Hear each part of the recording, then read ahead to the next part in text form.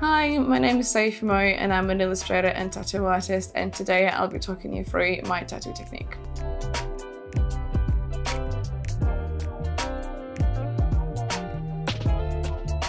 I specialize in illustrative black work, and it's very heavily consistent of dots and lines and more of a graphic solid bits of shading as opposed to the soft ones that you see on the realistic tattoos.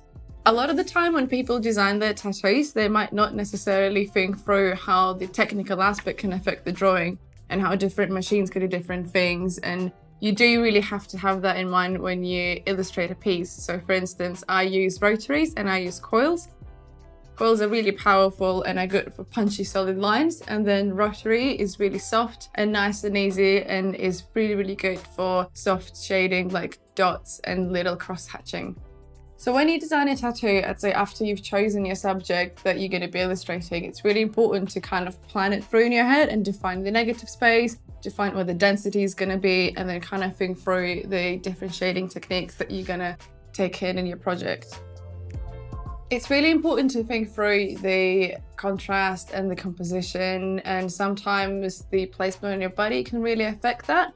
For instance, I'd say if you're designing something to go on your ribs, I wouldn't necessarily go into something so detailed as I would if you're doing an arm or leg piece. When illustrating a piece, I'd also really advise to consider what is the tone of the skin that you're working with. For instance, white skin have way more wiggle room in terms of contrast and what different techniques you can use and how fine and detailed you can go, where with the darker skin, you'd really want to punch the contrast way more. There are specific materials that I definitely recommend using more than others. I would definitely suggest getting some fine liners and some brush pens, maybe some markers, and definitely a pencil. To achieve a clean line work, I would suggest doing a few exercises. Drawing geometric shapes without the ruler is a really good exercise of how to keep your hand steady. It's really important that you do get those lines as clean and steady as you can, because that's going to make a base for illustration on your tattoo that's going to drive the remainder of the drawing. It's also really important that you think through the different thicknesses of your lines, because that's also going to bring out the drawing and bring out some of the more distinctive features that you want to pop. For instance, if you're doing a portrait, I always tend to do the top of the eye line a bit thicker because I leave the eyeballs out, so that just really kind of makes up for the contrast.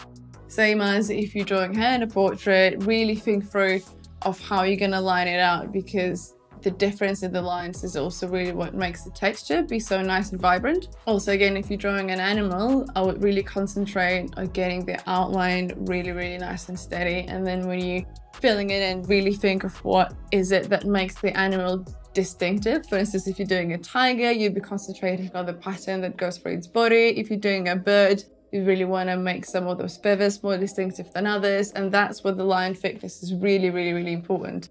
When you approach a portrait work, I try to keep the doff work in the face really minimal in order not to make it too dirty and make it stand out. Also, in terms of getting it tattooed, the more minimal the face is, the better it tends to age.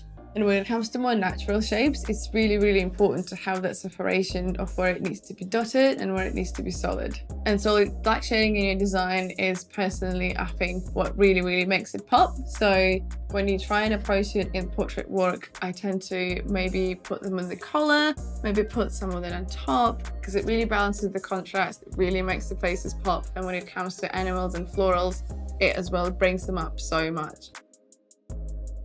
I hope you enjoyed this video. If you have any questions, please pop them in the comment box below, and don't forget to subscribe to this channel. And if you want to learn more about designing a tattoo, check out my course on Domestika.